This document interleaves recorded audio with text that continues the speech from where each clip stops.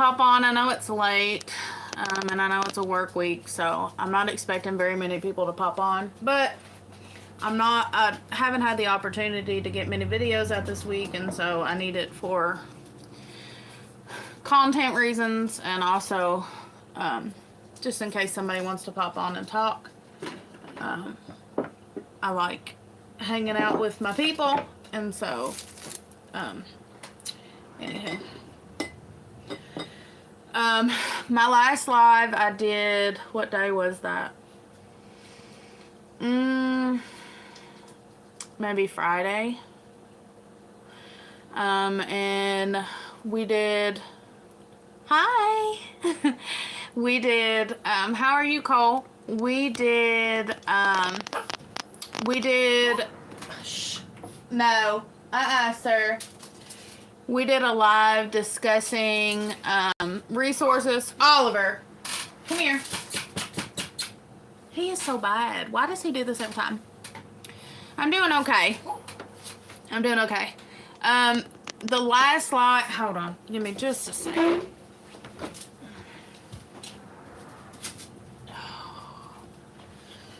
I've got a rotten dog. I did a live discussing resources, if someone would like to help the hurricane victims, and the hurricane is still on my mind like it is a lot of people's, I'm sure, and so I don't want to make this whole live about that, but I do want to break that up as well. I do have a live, if anybody is interested. The description is full of resources to help the people that were affected by the hurricane. There's another hurricane coming, and so I believe in the Florida area, and so it's going to hit again, and so those people can use whatever, you know. But anyways, I'm doing good, Cole, and I hope that you're doing well. Like I said, I'm just hopping on here to kind of talk to everybody and just see how everybody's doing. Just to have a chit chat. Like I said, I've not had the time to put out any videos this week. And I hate like not being able to connect to you all. I hate not being able to, you know, just have, when I put videos out, a lot of people comment on them, and I like having that interaction of being able to comment with you all, and especially my subscribers, just being able to carry on conversations and see how you all are doing and answering any questions that you may have.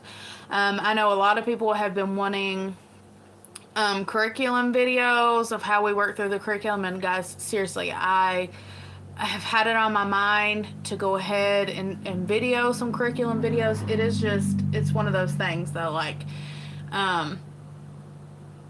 it's easier to make time for videos for farm work than it is to do schoolwork, because we're only in the house just a short period of time a day. Like, we don't spend any more time in the house than we need to. I get like my cleaning done, I get my cooking done, we get homeschool done, and then we're outside, and we spend the majority of our time outside. And I'm so thankful that it's cooling down. And that soon we will be getting into hunting season, squirrel season, deer season, things like that. Deer season has already started in our area. We don't like hunting in the heat. I don't like having to, and when it's warm outside around here, you know, the flies are done on it, you know, like, but by the time you get to your animal, or by the time you get everything field dressed and stuff, you know, I don't like it.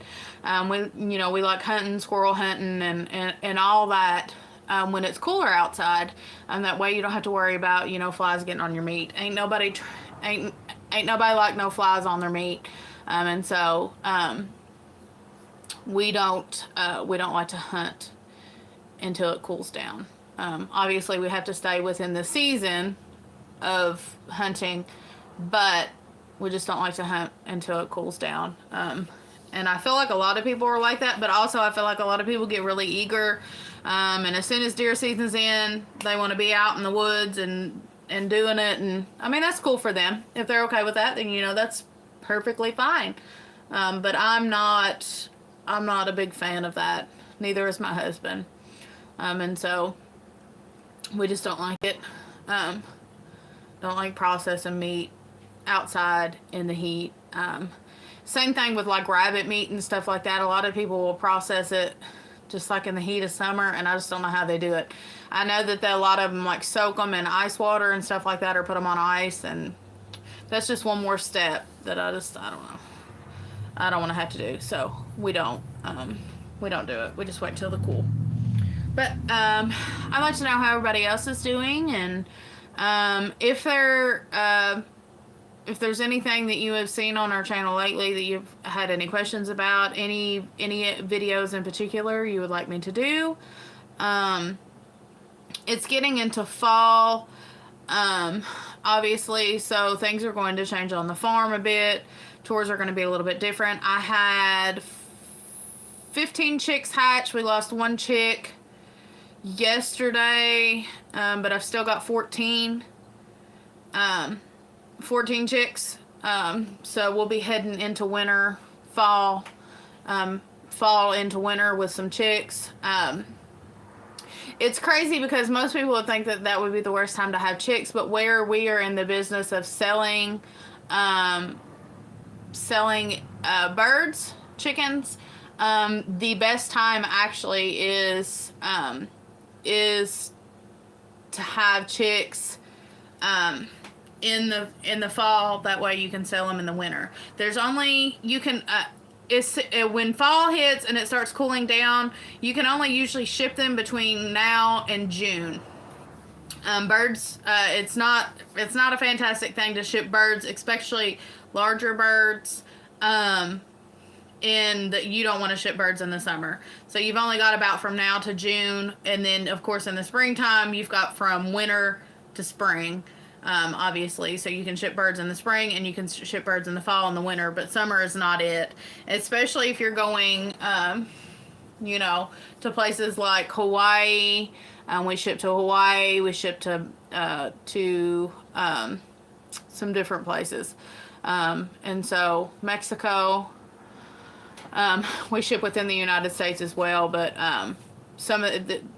what we do is we take our birds, and if they're going to a specific area, let's say like Puerto Rico, Mexico, Hawaii, places like that, those are places that usually buy birds.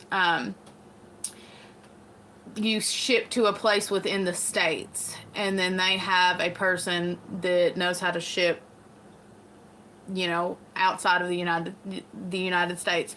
And different countries have different rules and regulations in shipping, and how to ship, and the condition your birds need to be in, and so on and so forth. And so you've got to know those rules and regulations and whatnot. So there's specific people that we ship to that have connections to people that they are connected to people that are in those different countries in order to ship birds out. So it's a whole thing. I said a while back ago that I would try to do a video on shipping birds, and we're going to be, well, my husband I think shipped out maybe 6 today. And so I really do need to do a video on that. Hopefully I can remember. There's certain boxes that you need, certain sizes of boxes that you need depending on the size of birds, and it's a thing. It's a whole thing. But also the health of your bird matters, and so on and so forth. So I need to do a video on that. I was hoping I would have a little more interaction than I'm having tonight. It looks like only one person has commented and people are hopping on and off. But like I said, I wasn't expecting a big, huge crowd. It's a work night. And so what else?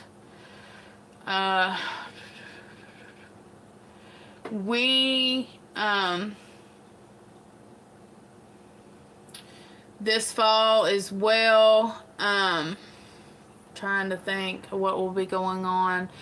The fall garden, guys, I haven't showed any videos of the fall garden because hardly nothing came up. The only thing that made it was the radishes, and just a few like bunches of lettuce. None of the spinach came up, and it didn't come up last year when we used that seed as well. So I don't know.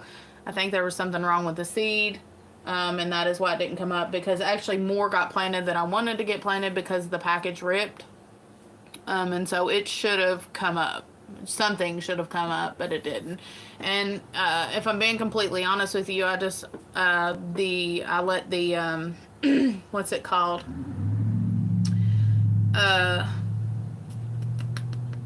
Morning Glory vines just take it over, because there ain't nothing there, just a lettuce or whatever. And if we wanted some of that, maybe do some scalded lettuce or something like that, we could grab some. But it's only like this tall right now. It's not even big enough to fool with, in my opinion. What we have left in the garden, just from the summer garden, is some habaneros and I think it's habaneros, some kind of hot pepper, maybe jalapenos. Not real hot, but and some okra. And I haven't really been fooling with the okra. We wanted to do some pickled okra, but guys, it's been, I feel like, busy for everybody.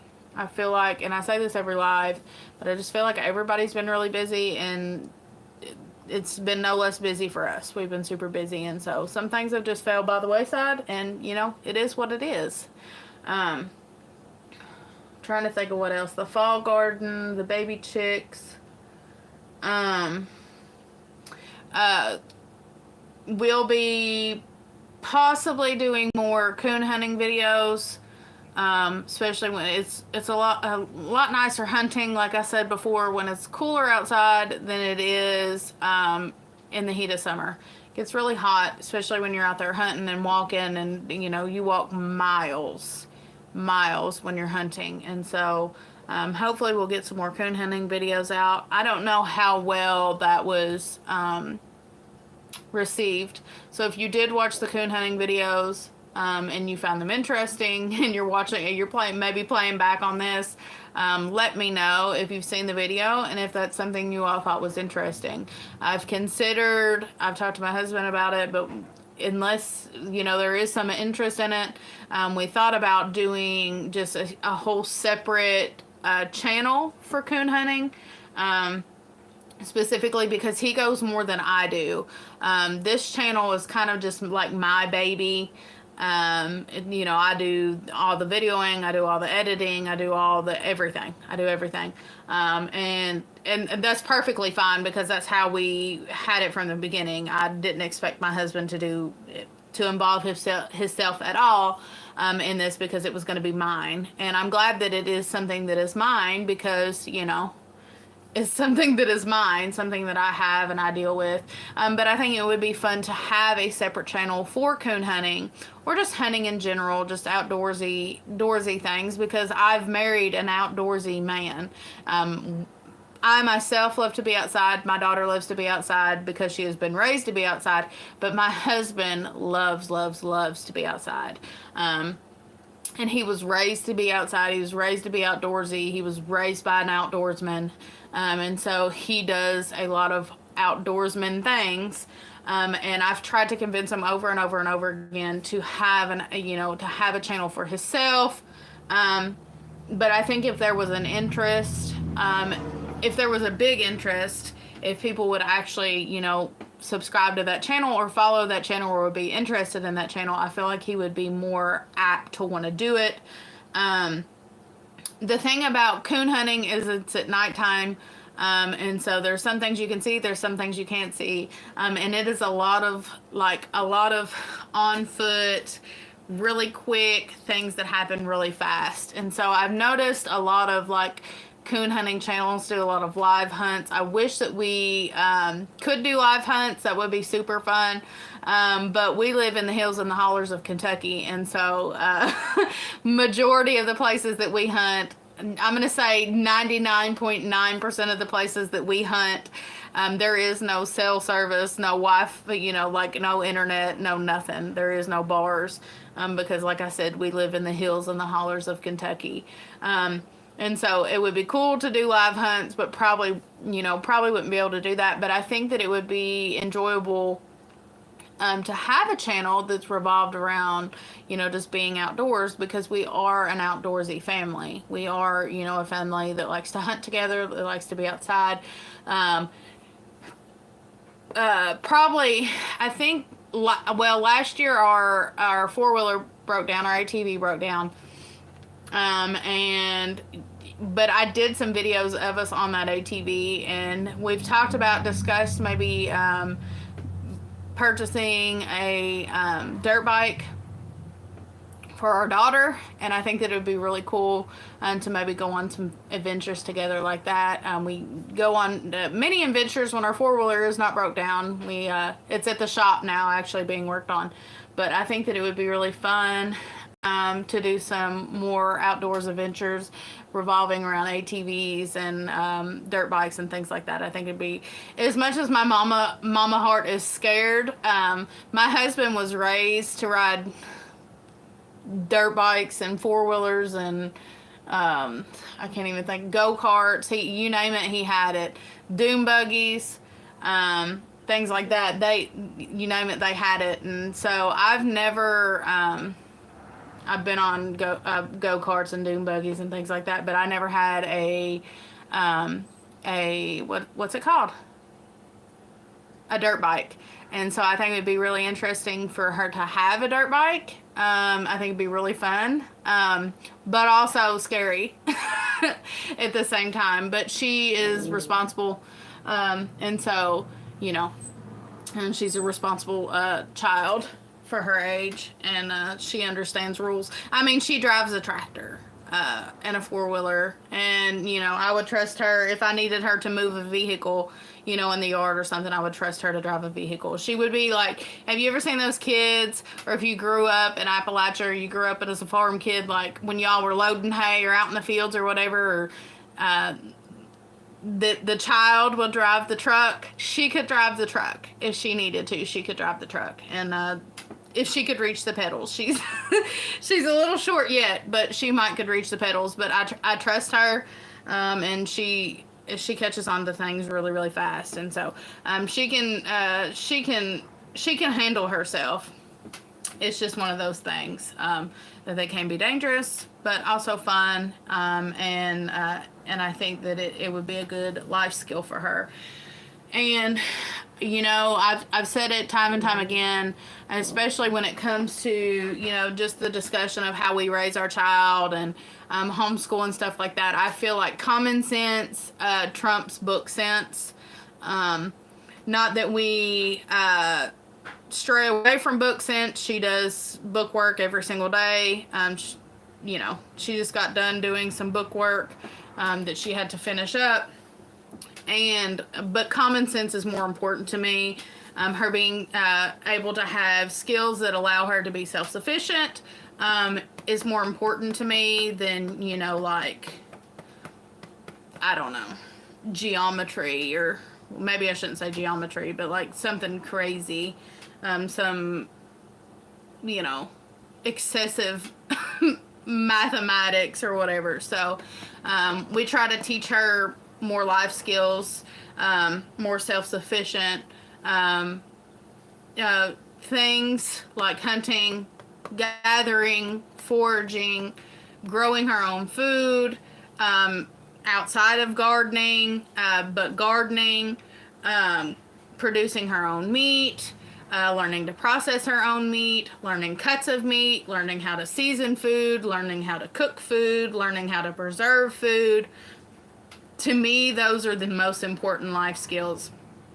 And it's funny because I had watched a comedian online today, and he was talking about, how he was, he's an Appalachian, and, he was, he thought he was really self-sufficient, and, thought that he, really, he knew how to garden, and he knew how to, he said he knew how to, can green beans and so on and so forth, that his mama taught him that stuff, and, he knew how to do all those things, but he had, watched, he was trying to get, I think, into Tennessee or one of the Carolinas, I can't remember exactly, but he was talking about, trying to get down there to his brother, and he said, he's seen people like jumping in the water and like pulling people out, and how, he thought that he was redneck, like he thought that he was, a pioneer, until he seen people doing that, and it was, it was a funny joke, but, that's a life skill.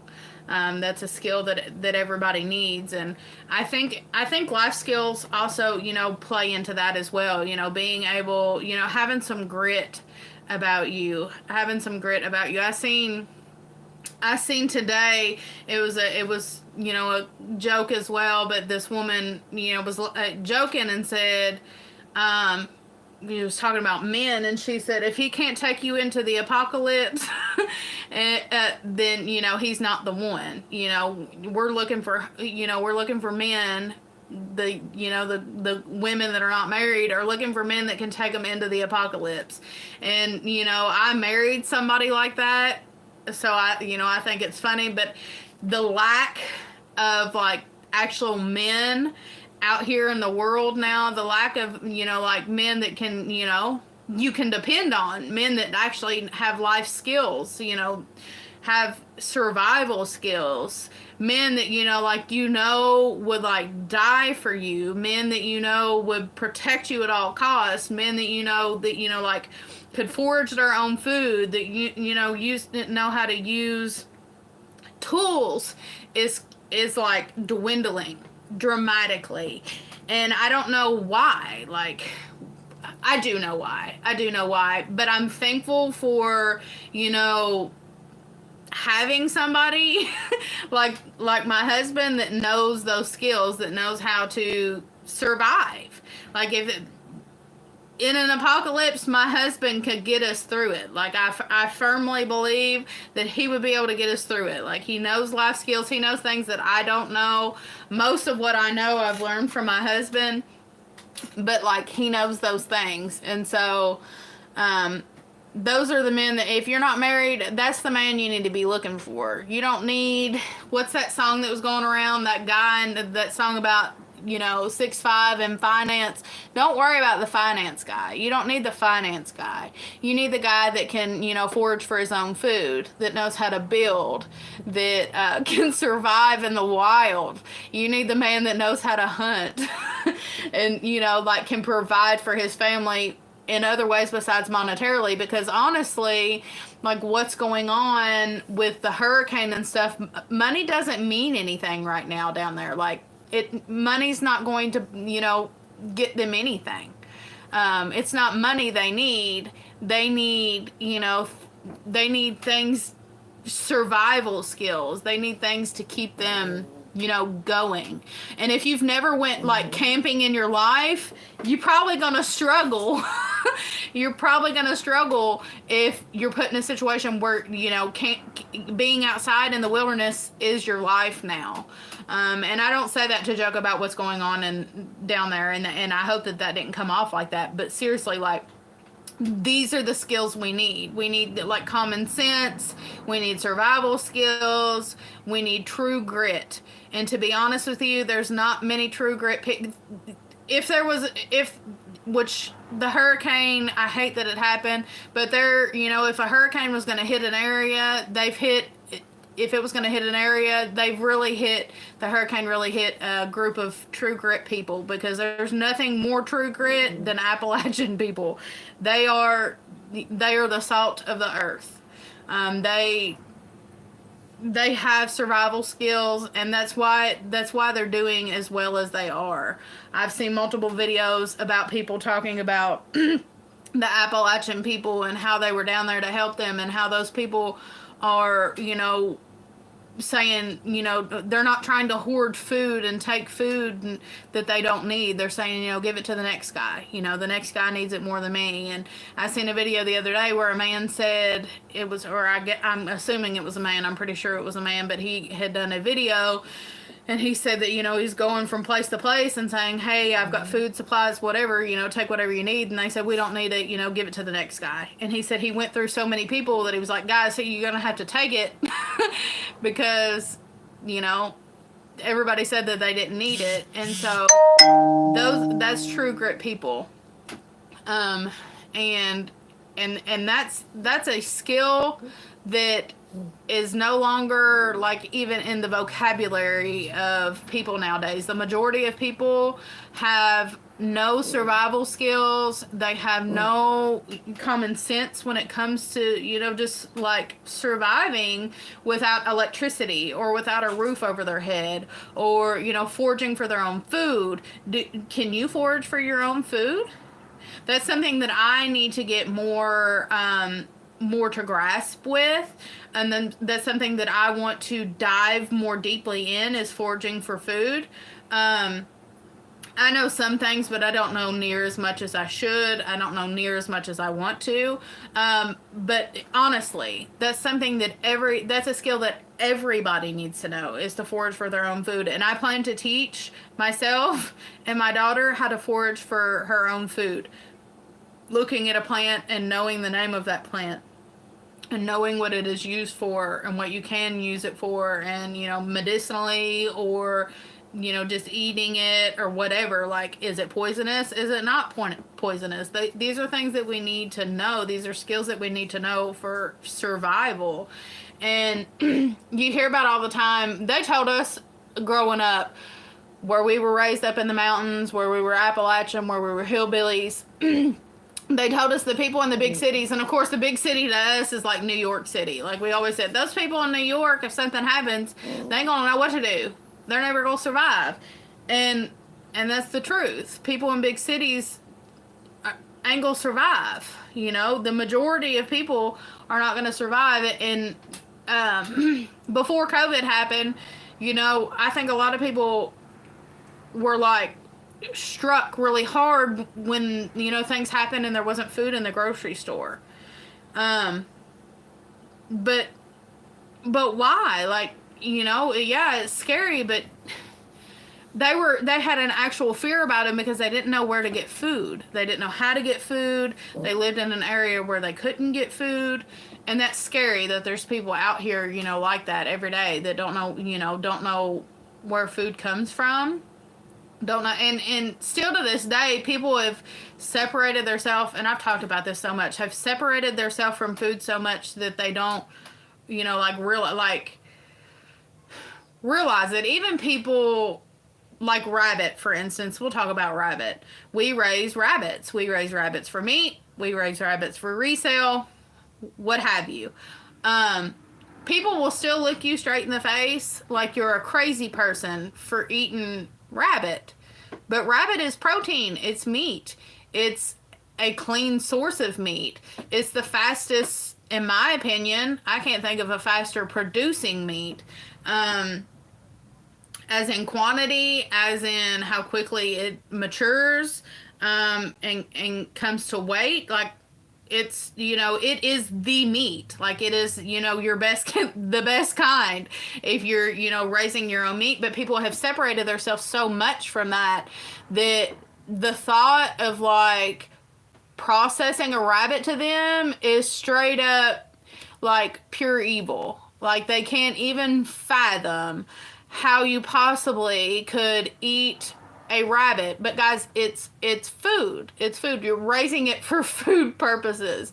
And just because it's wrapped up in a pretty little package in the store, if it's, we'll say chicken, them chickens are raised, as chickens. Like, they come up from chicks out of eggs. They've got feathers on them. They've got stuff inside of them that has to be pulled out. We got to pluck their feathers. We've got to cut off, their legs, like their feet, their,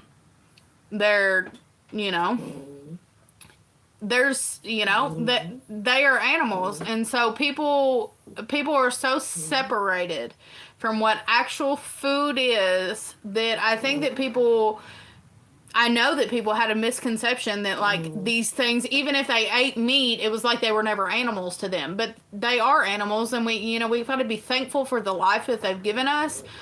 But like I said, just because it comes up in a pretty package, wrapped up in a pretty package in the store, doesn't make it any less than an animal that it was. It was an animal for that. It had to give its life for you to eat it.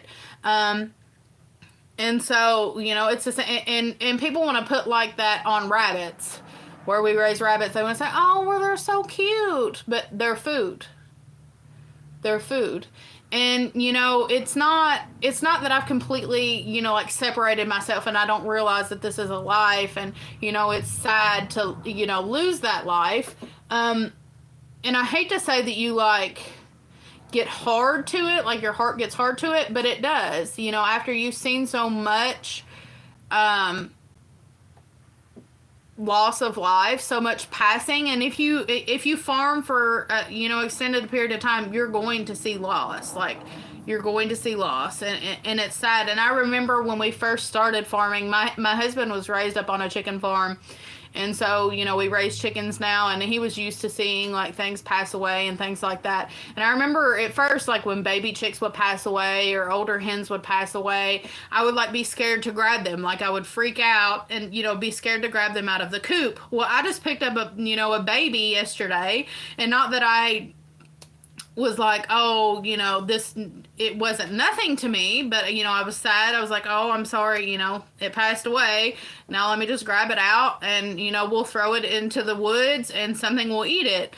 And, that is the process of life. Like, it just happens. And so, we don't want to completely downplay their life as if it wasn't important, because it is important. It's, our source of meat.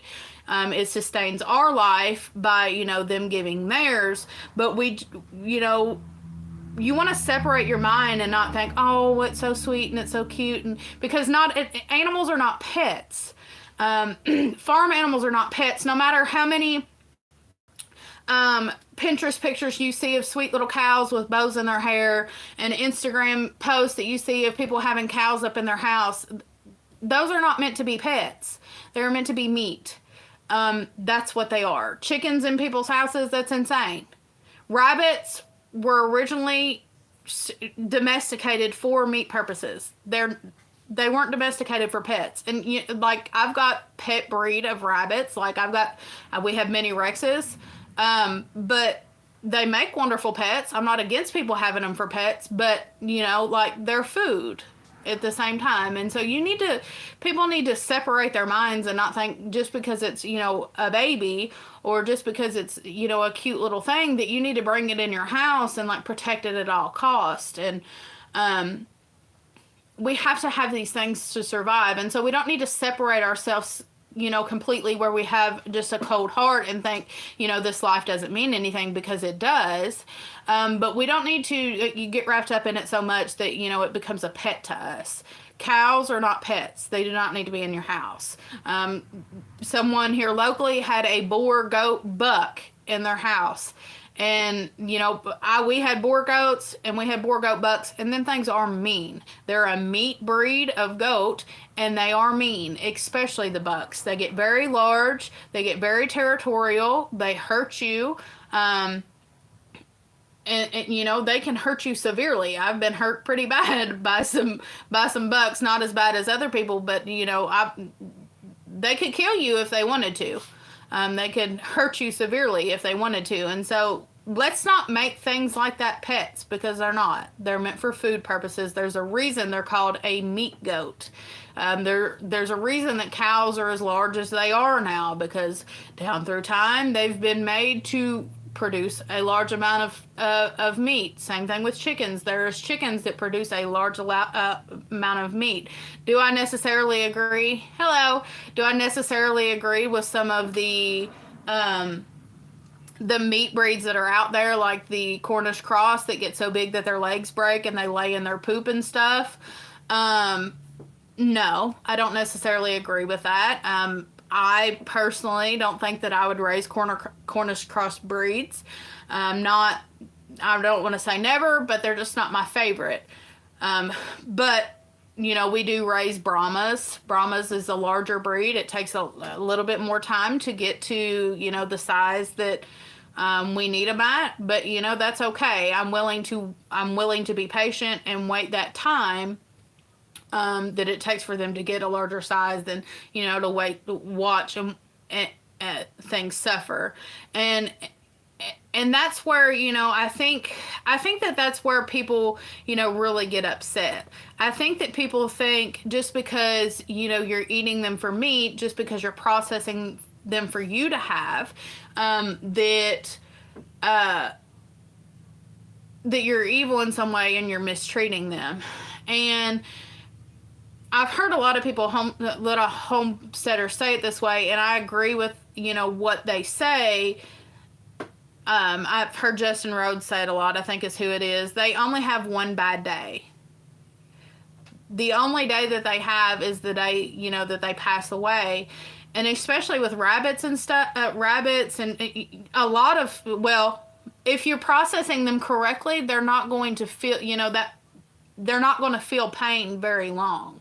It's going to be quick and swift, and you're not going to draw things out. You're not going to make it, because the longer it's drawn out, the harder it is on you. So we're not trying to torture the animal. We're not trying to make it harder on them, because making it harder on them is making it harder on you. And you're not going to sit there and just treat the animal wrong its entire life and then process it. To me, that would make it a lot more harder to process than, giving an animal a good long, either a good long life or a life that is good up until the day that they are processed. And I think that that's where people have drawn the line. And I'm not saying that people don't mistreat their animals and then process them. I know that happens, and I hate it. And that's my main reason for hating Cornish crosses, because those animals do suffer. Once an animal gets to the size of processing, once the Cornish cross gets to the size of processing, they're already having a hard time standing, having a hard time walking. They're usually, laying in their own feces. Something else about the Cornish cross, I've never raised them personally, but I've seen people raise them when you go in to feed them, they're freaking out.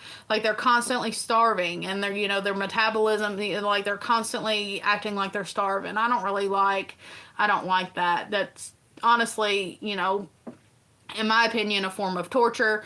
But say what you will, and to each their own. But that's my main reason for not liking Cornish cross, is for that reason. So we just don't raise them. But that is my opinion on the matter. I would much rather be able to raise and harvest my own animals, to know how they've been raised and harvest. Yeah, I agree.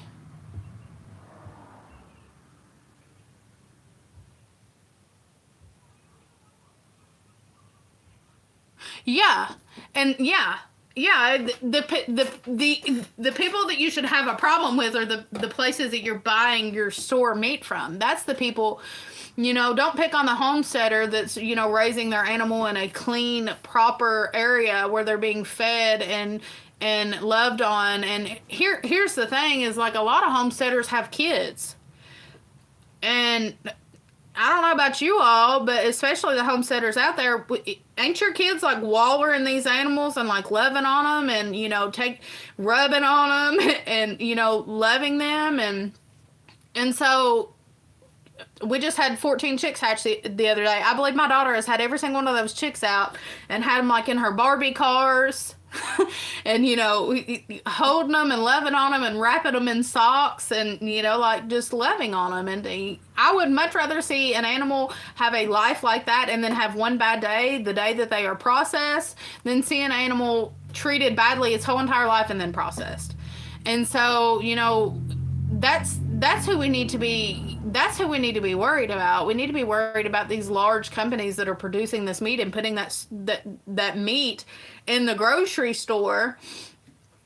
And here's the thing: if you've ever tasted meat in the grocery store and then tasted meat off the farm, off a homesteader's farm or a farmstead or a farmer who has raised their own meat, and it's a total different taste. And a lot of that is based off how the animal is treated, and how the animal is processed. she's learning how to respect animals too. Yeah. Yeah. Yeah, and I think that people want to look down on us, want to look down on people that process their food. I haven't had many people. I haven't had anybody say anything about. I don't think I have. Maybe one or two people about us, processing our own food. I've had more people complain about me putting food in the ground than me processing food. But yeah, people need to be worried more about what they're buying in the grocery store. They need to be worried, even when it comes to, let's talk about, since we're talking about animals, let's talk about garden food. The chemicals that they're putting on that food. The hot houses that they're growing it in. How the fruit and the vegetables and everything is picked before it has even hit its peak, has even finished ripening. Let's talk about that, because really we need to be eating food that is full of vitamin D, things that have been actually riped. I don't really know how much benefit it actually has to you. Probably not much benefit as it would as if you were able to grow your own food and be able to pick it at the peak of ripeness, instead of let's say bell pepper that's been sitting. Because peppers in general will last a very, very, very, very long time under refrigeration. Like, I've got peppers, I got jalapeno peppers in the bottom of my fridge right now that I picked probably August, that are still in the bottom here of the fridge, and they're perfectly fine. So can you imagine how old those peppers actually are by the time that you grab them in the grocery store, after they've had, been picked before they were ripe, had chemicals to keep them fresher longer, had waxes or chemicals put on them or sprayed on them to keep them looking fresh and pretty. I mean, how much nutritional value does that actually have after the time that they're done with it? Probably little to none. I mean, I might be totally and completely wrong, but I'm going to say probably little to none, especially compared to being able to go out in the yard, pick something, and, cut it up and put it on your table. And I don't food shame, and I don't say this to food shame anybody. And anybody that knows me, anybody who's watched this channel for any extended period of time, I've said it before, I don't food shame. I don't look at somebody else and say, oh, you bought peppers from the store? How awful. You need to raise your own peppers. I don't do that. I definitely don't. I know that some people are not able to. I know that people want to, but they're not able to. I know that people don't care. And if you're making the decision to not care, that's fine. Honestly, that is perfect. That is perfectly fine. It does not, it's not no skin off my hide. It don't bother me any. I am the only one. Our small family is me, myself, and my husband. We're the only ones in our family that are doing stuff like this. The only ones. Well, in our immediate family is doing stuff like this. I do have uncles, an aunt and an uncle that do similar things, but I'm not going to eat at my sister's table because she doesn't raise, a garden and her peppers don't come from the garden. I'm not looking down on her or refusing to eat her food because of that. I'm just, I am aware. And she does her best, like our family members do their best. They do what they can afford. They do what they are able to. And that's perfectly fine. And so I don't try to food shame anybody. And I want to make that clear. I'm not looking at you.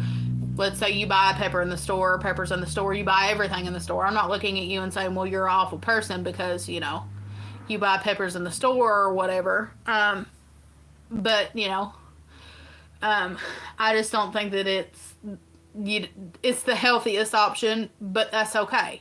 I've had to buy peppers in the store too. I still don't produce enough onions for us on the farm for us to have and keep. I buy onions in the store. I still don't produce enough potatoes, so I have to buy potatoes in the store. So I'm not looking down on anybody for nothing, for buying anything in the store. Yeah, the eggs. Yeah, that is one thing I will not buy. That is one thing I will not buy in the store is eggs. I will not.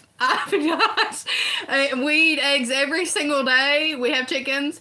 We eat eggs every single day. I will not. If I'm out of eggs, if my chickens are just like on strike, I'll just go without eggs. I cannot. I cannot buy an egg from the store. And it's not just because they're in the store or whatever. It's just because they ain't even an egg. It tastes like water. It tastes like water. I can't. I haven't had, let me see, I can't even remember the last time I bought eggs from the grocery store. I can't remember.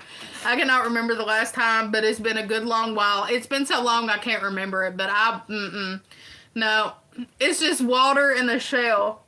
You might as well be buying an Easter egg and then just putting water in it and cracking it open and throwing a little salt and pepper on it and saying, let's have a fried watered sandwich. I can't. And it's not because I shame it. I don't really like how they get the eggs or whatever, but I just, even like, have you ever had those eggs that's like, well, they'll say like cage free or like, free range or whatever that they have like at the grocery store.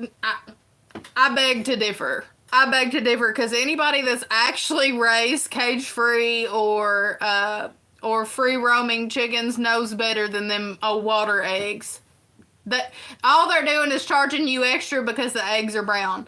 All they're doing is charging you extra because, and what cracks me up is that people think that brown eggs like are better. Like they'll pay more in the grocery store for brown eggs than they will the white ones because they think the white ones are like, the white ones are the generic and then the brown ones are like the expensive eggs. And they're all the same. They come out of all the same chicken butts. Like they're all in a cage.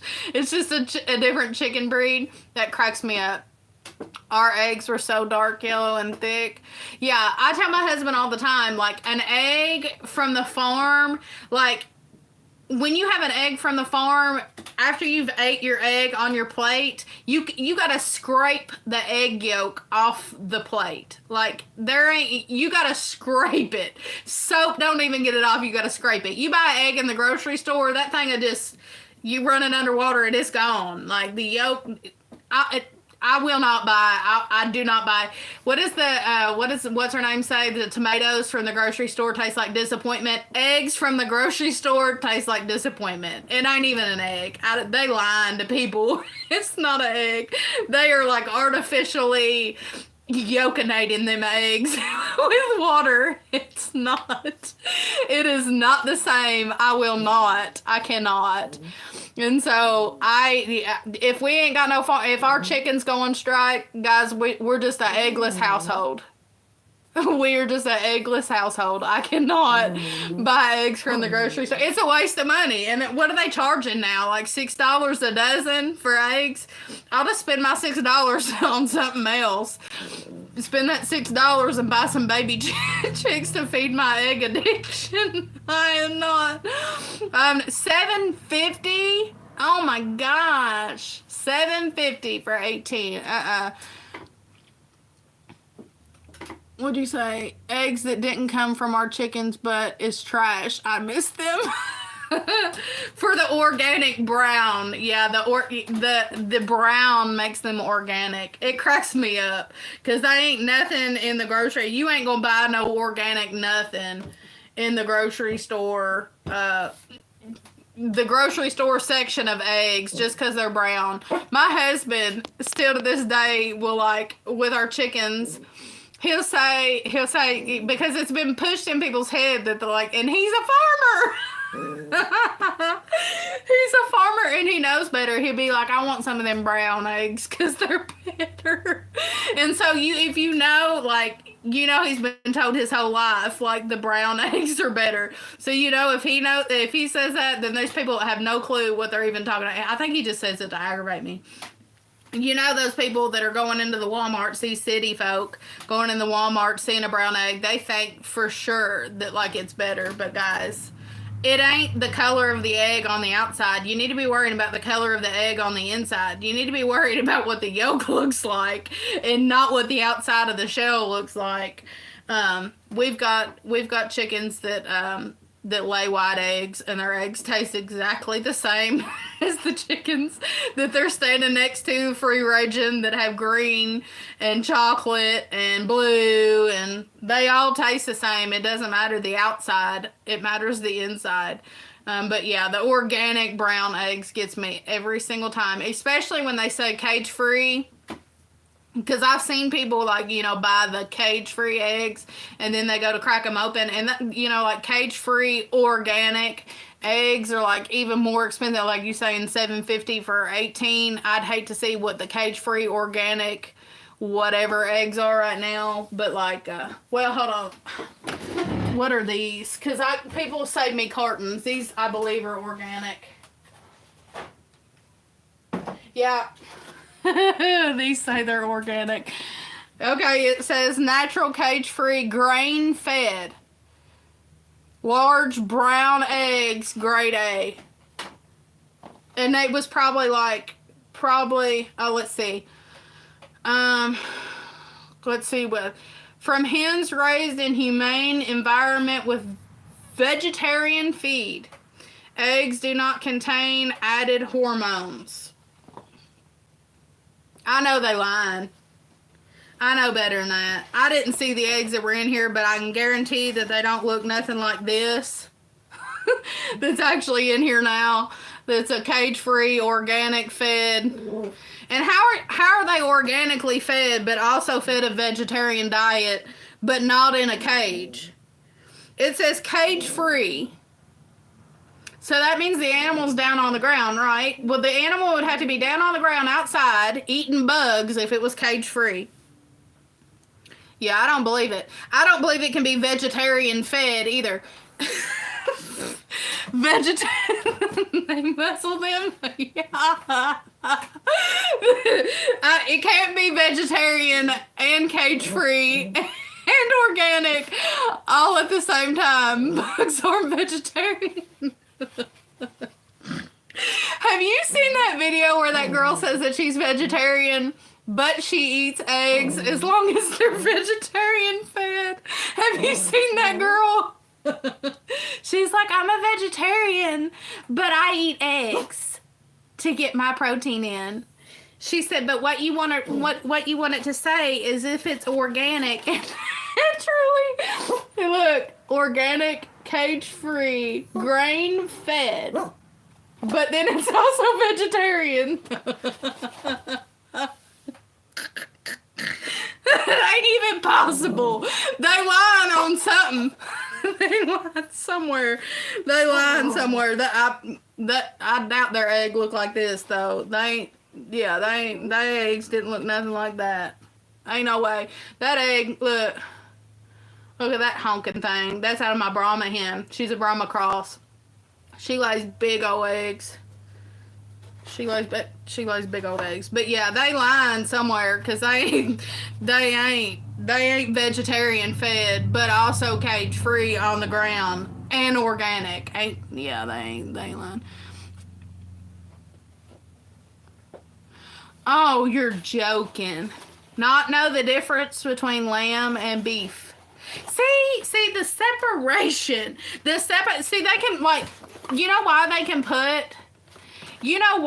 can put natural, cage-free, grain-free, and vegetarian on a box? It's because people will believe it. They put that on there because people are going to believe it. And the name is Simple Truth. And what are they telling the truth about? Because somebody is lying somewhere. Somebody is lying somewhere. These heifers are either in cages, or they have got them locked up in some kind of room where they have no access to bugs and are vegetarian. They lying somewhere. But because people are so ignorant to stuff, like that woman saying that she was vegetarian but she ate eggs because they were cage-free and vegetarian. Because they were vegetarian chicken, she was a vegetarian. I mean, like, people are, they getting away with it because people don't know no better. She was like, no, I don't want that. I had beef last night. I had suggested the lamb to her. All I could do was stare. Yeah, like, what? What?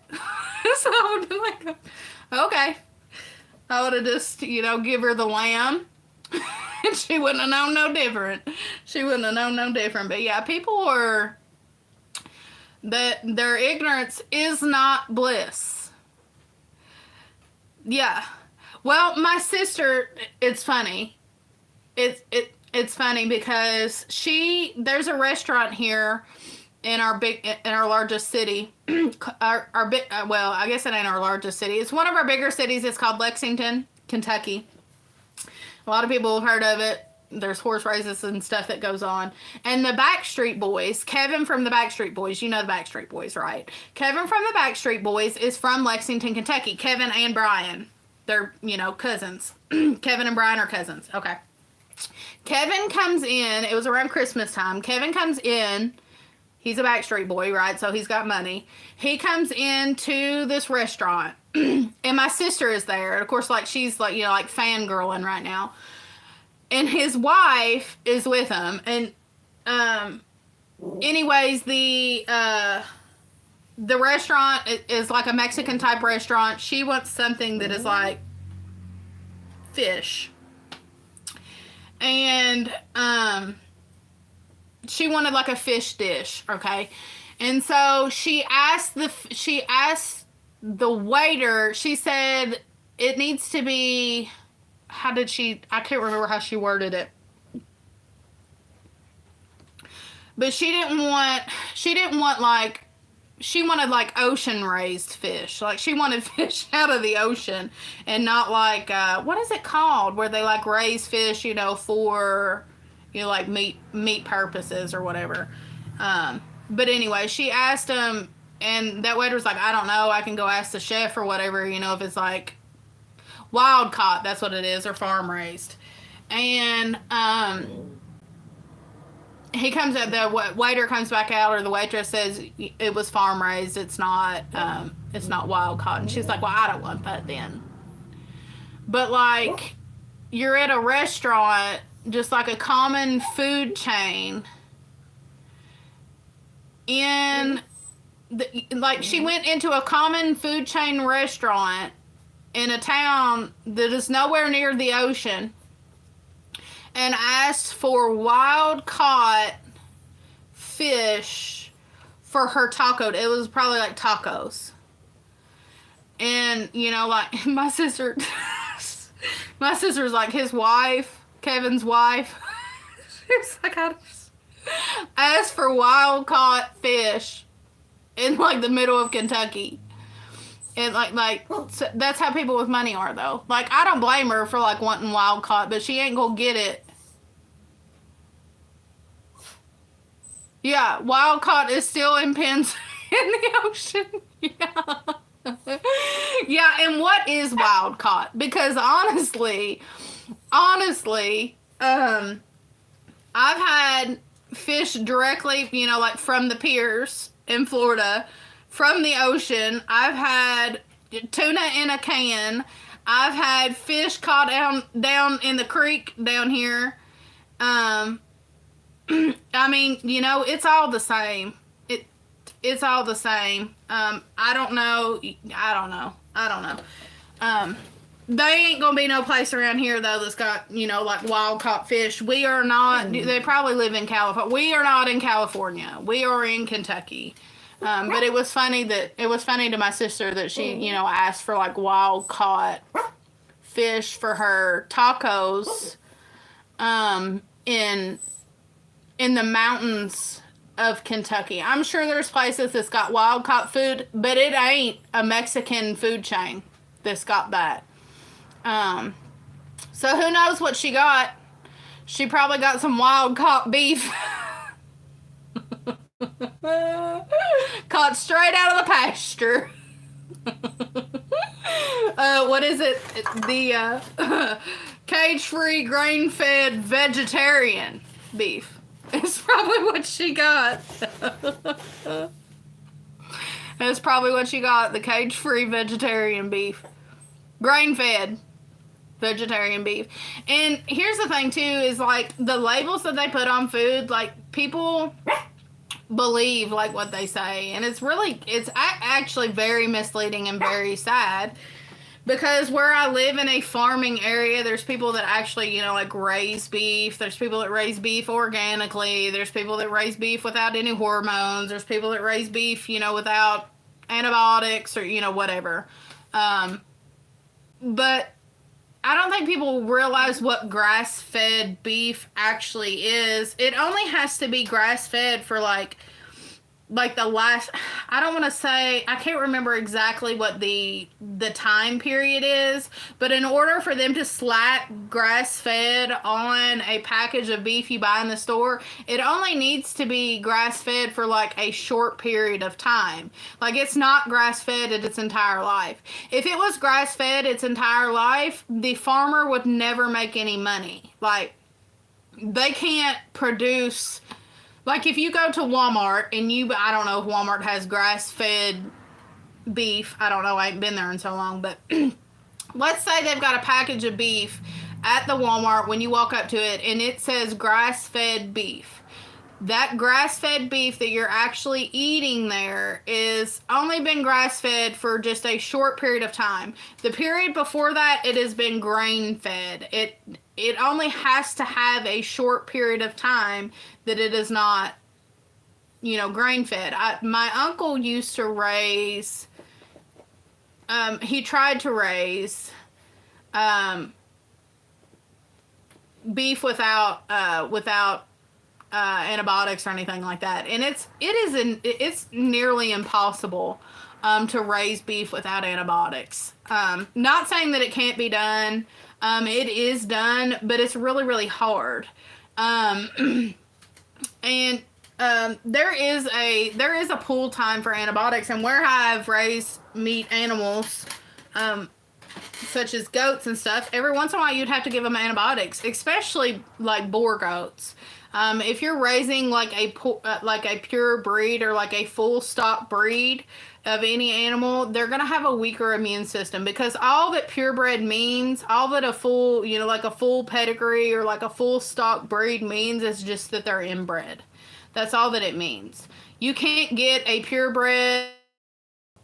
It disconnected there for a second. You can't get a full bred anything without being inbred. And what comes with being inbred is a lot of, you know, sickness, a lot of issues, low ability to fight parasites, low ability to fight sickness. And I know this because we've been through this. We've been through this with different of animals, including this dog right here, this little thing right here, all the time with the broken bones. He is weak.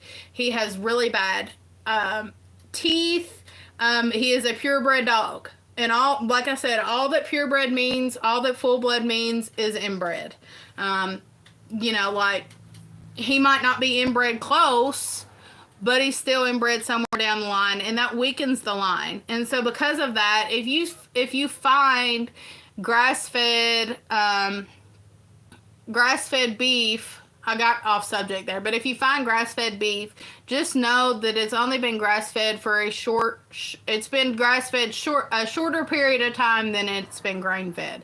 They're always going to grain feed, because you're never going to get the bulk. You're never going to get the bulk of on an animal enough for you to sell to a store without feeding it some type of grain. Now, it might be organic grain or whatever, but it's still going to be grain-fed before it's grass-fed.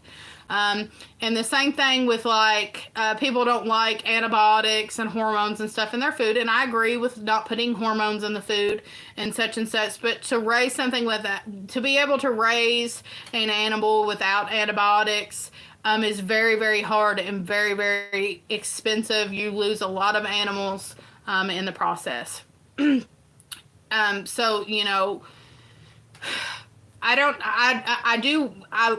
if I'm going to buy beef, I'm not going to raise it. If we buy beef to raise, we're going to try to raise it without antibiotics. But the antibiotics doesn't bother me as much as just hormones.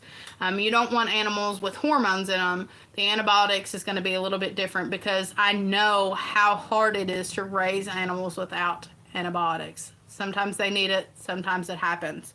So, it is what it is. It's a two-edged sword. It is possible to raise them, like I said, without antibiotics, but it's very expensive on the farmer in order to do so. Because things happen like pink eye. Things happen like childbirth, having to go in during childbirth. A lot of times, well, if you have a large herd of animals, your margin for not having to go actually inside an animal during childbirth for at least a few animals is going to be really small. Mastitis is another thing. Infections in the hoof. Infections in general, like they get poked or prodded somewhere, manure gets in that, it's an infection. Trying to raise animals without any type of medication is really, really hard.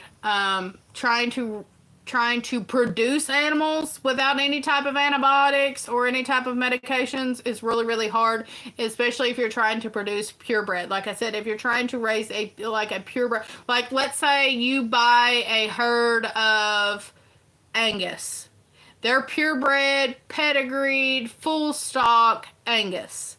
That means that there's inbred somewhere along the lines. That means they're going to be a little bit more weaker. And so that's why we are working towards, as farmers, we are working towards a stronger, that's why a lot of times you see crosses. That's why a lot of times you see Angus crossed with different things. And the term Angus as well, they only have to be like a certain, like you can cross them with a Hereford. And if you breed back, let's say I have a full stock Angus heifer, and I breed her to a full stock Hereford bull. A few generations down the way, well, each generation, I take I take that half Hereford, half Angus. And I start breeding that half Hereford, we'll say it's a heifer. I start breeding that half Hereford, half Angus heifer. And then I breed her to a full stock Angus bull. And then I take what they've got, we'll say it's a heifer. And I breed that full stock, at this point we're going to be one generation away from the Hereford, and then we just keep breeding that back to Angus. It only takes a certain percentage. They say Angus if it has a certain amount of black on it. I can't remember what, I want to say 10%, but I might be wrong there. As long as it just has like a 10% of white, it can be, but I might be wrong there. I might be totally wrong at the percentage. But if it's more black than white, if it's more black than any other color, then at a certain point, they just call that Angus. And a lot of people say, I want that Angus, I want the Angus, I want the Angus. But like I said, anything that is full stock, anything that is purebred is inbred. And it makes it hard to raise. And so that's why a lot of times people throw things in like Hereford or, something else. Around here, it's Charolais and Angus. Herefords are not as common, but they're probably the third common. A lot of times you'll see, local farmer just down the road from here, he has a field full of Angus heifers, and he bred them to a Charolais bull. So, it just depends. To me, honestly, the Charolais are prettier than the Angus. I'd much rather have an Angus than I'd much rather have a Charolais than I would an Angus. But the meat really doesn't matter. I don't know why people have made a big deal out of the meat. I can't taste no different. So, anyways, my dog might as well be, LOL, she's a Derpy purebred. Yeah. Yeah, purebred. I remember when I used to think purebred was like bragging rights. When I used to be like, oh, they got a purebred dog. And then I got into raising purebred animals, full stock, purebred, pedigreed animals, such as rabbits and goats. And I've realized that purebred or full stock or pedigreed is just inbred, is all it is. You're paying for paperwork saying that the animal is inbred, is all that is. And they're more expensive and harder to raise. The reason why they're so expensive is because they're hard to keep alive, is what it is. And they want to make sure that you're fully funded to keep the animal alive, because you're going to be paying. You're going to be paying for the paperwork for the rest of that animal's life, is what that means. Well, guys, I've been on here an hour and 10 minutes, and I've talked about, I believe, about everything under the sun. So I'm going to pop off here. I got some laundry to fold before bed. What time is it? Oh, yeah, it's 9 o'clock, and I got laundry to fold. But I appreciate everybody that's popped on and watched, and thank you for hanging out with me. Good night, Eric. Good night, Eric's wife. Why can I not remember your name? Daggone it, I wish I could remember your name. What's your name? Amanda. I was gonna say Jennifer. And I knew that wasn't right. I'm sorry. I'm so sorry. I couldn't remember your name. Forgive me. It's nothing against you, because I legit forget my own name sometimes. And everybody's around me. So, you know. Oh no! You said just kidding. I hope you were. No, he said no. Oh my gosh, I would have felt so bad. Don't do that to me. Do not do that to me. She said it was his ex. Oh no. That would have been horrible. He would have been sleeping on the couch tonight. That's what he would have done. I would have got him in trouble, bringing up old dirt. It's so funny. One more funny thing to tell you before I get off here. But we're getting a new puppy, a new coon dog, and somebody's giving us one, and my husband went over to this person's house, and he got to see the puppy for the first time. Would have got beat for no reason. And he went to go see the puppy for the first time, and he didn't take any pictures. Yeah, he didn't take any pictures. You just have to beat him after the incisions heal. Yeah. But anyways, so he didn't take any pictures. And I was like, where's the pictures? He's like, I seen the puppy today. And I was like, well, where's the pictures out? And she said, how rude, yeah. And Lycan asked him, why didn't you give us send us any pictures? And he's like, he said, I just forgot, or what, I don't know what he said. But anyway, she said, you're sleeping on the couch tonight. She done put her daddy on the couch for not taking pictures of the puppy. It was so funny though. It cracked me up. She was so upset she was going to put him on the couch. But anyways, so funny. So funny. She is totally like, she is like witty like my husband. Like she just, can pop off just like that, like my husband. But she has got my sense of humor. And it's the best of both worlds, because my husband has zero sense of humor. I don't know. Something happened to him as a child that caused him to lose his sense of humor. How he ended up with me, I have no clue, because I literally laugh at everything. Everything is funny, almost. Most things are funny, I guess I should say. I laugh at literally everything. How we ended up together, I have no clue. Probably because we're total opposites. That's how we ended up together. But he has no sense of humor. So thank God. Thank the Lord that this child got my sense of humor, because if not, she would have been a dull human being. She would have been a really dull human being. But thank the Lord. But guys, I've been on here 4 minutes longer than I said I was going to be. I appreciate everybody hanging out. Thank you for hanging out, Amanda, Jennifer, and thank you, Eric, for hanging out with me. We've had some good laughs, but I appreciate it. I appreciate everybody's support. I appreciate everybody's love. Good night. Love y'all. See you later. Peace. Peace out.